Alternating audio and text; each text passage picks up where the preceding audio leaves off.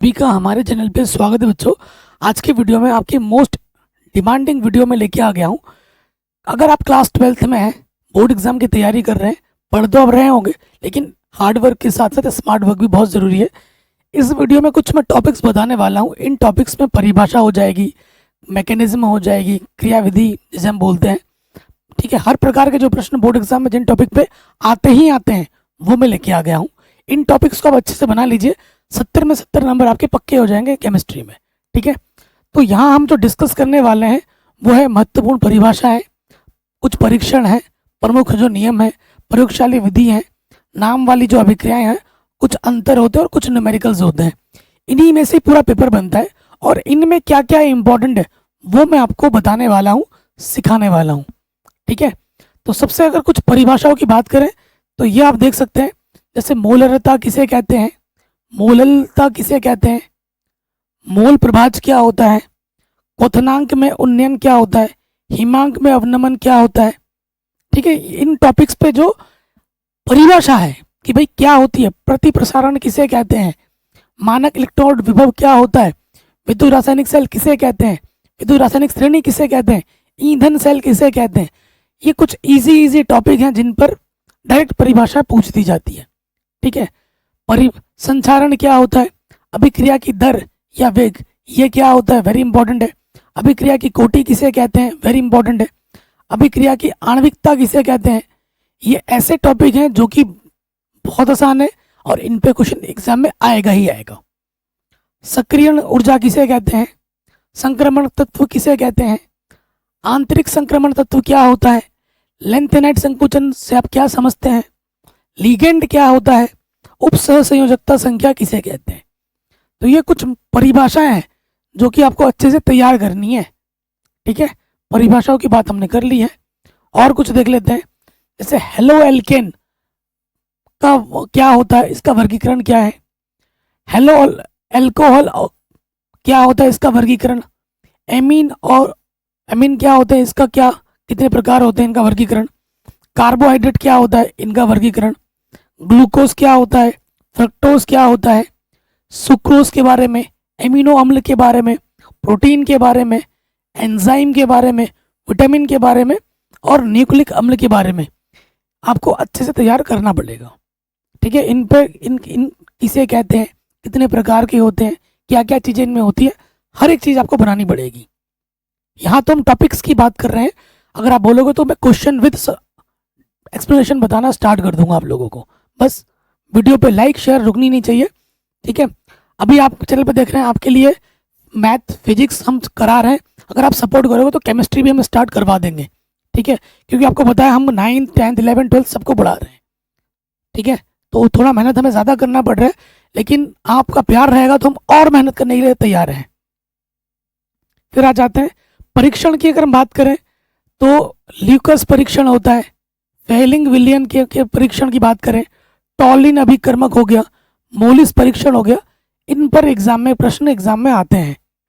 ठीक है, प्रमुख नियम क्या है, ठीक है, इन नियम पे आता ही आता है भाई, इसका नियम लिखो उसका नियम लिखो, एग्जाम में आएगा ही आएगा। जैसे हिंदी का नियम किसे कहते हैं, संक्षिप्त टिप्पणी लिखी है। राउल्ट का नियम किसे कहते हैं, वान हाफ गुणांक क्या होता है, कोलेराउस का नियम क्या है, सारे नियम ये वेरी इंपॉर्टेंट है। ननस्त समीकरण किसे कहते हैं, फैराडे का विद्युत अपघटन नियम क्या है, ऑर्निहेनियस का समीकरण क्या है। तो ये सारे नियम और समीकरण पर आधारित प्रश्न है जो कि आपको तैयार करने हैं, इन टॉपिक्स पर एग्जाम में आएगा ही आएगा। प्रयोगशाला विधि की बात करें कि बनाने की विधि एग्जाम में आता ही आता है, इससे ये बनाओ उससे वो बनाओ, तो क्लोरोफॉर्म बनाने की प्रयोगशाला विधि वेरी इंपॉर्टेंट है। ठीक है, और फिर क्लोरोबेंजीन बनाने की प्रयोगशाला विधि ये वेरी इंपॉर्टेंट है। एथिल अल्कोहल बनाने की प्रयोगशाला विधि ये वेरी इंपॉर्टेंट है।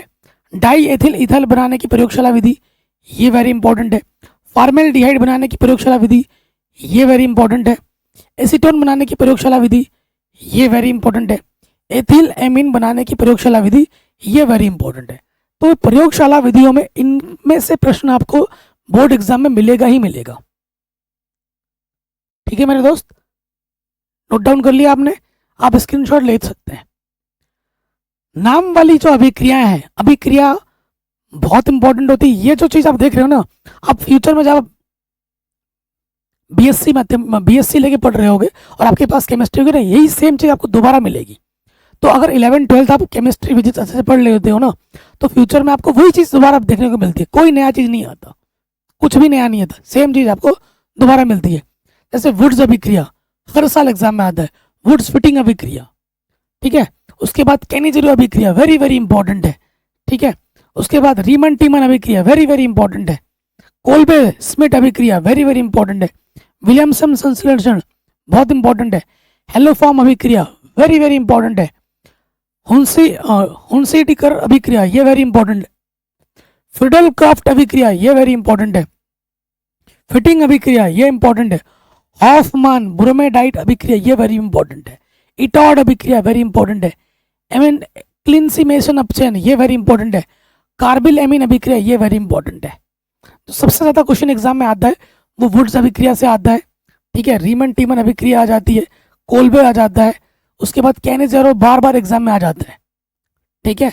और फ्रिडल क्राफ्ट, ये जो मैं जिसमें मैंने गोला मारा है ना, ये ज्यादा बार आते हैं, बार बार एग्जाम में आ जाते हैं, ठीक है। तो ये नाम वाले अभिक्रिया हैं, क्या होती हैं, इनके मैकेनिज्म कैसे होती है, मतलब क्रियाविधि क्या है।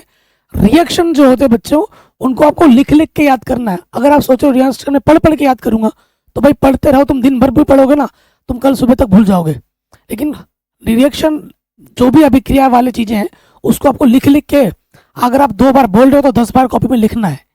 जितना लिखोगे ऐसा होगा ना, जब लिखते लिखते आपका पेन अपने आप चलने लगता है कि इसके बाद ये आएगा, इसके बाद ये आएगा। तो 2 बार अगर बोलो तो 10 बार कॉपी में लिखना है। लिख लिख के ये इनके मैकेनिज्म क्रियाविधि को याद करनी है। अंतर वाले जो प्रश्न है वो जान लेते हैं। धात्विक चालक वैद्युत अपघटनी चालक में क्या अंतर है।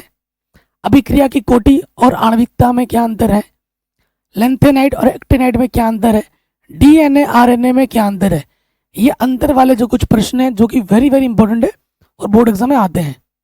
न्यूमेरिकल्स की अगर हम बात करें, जिन टॉपिक्स पे न्यूमेरिकल बनता है, वो है विलियन वाले टॉपिक पे न्यूमेरिकल आएगा ही आएगा। वैद्युत रसायन वाले में से न्यूमेरिकल आएगा ही आएगा।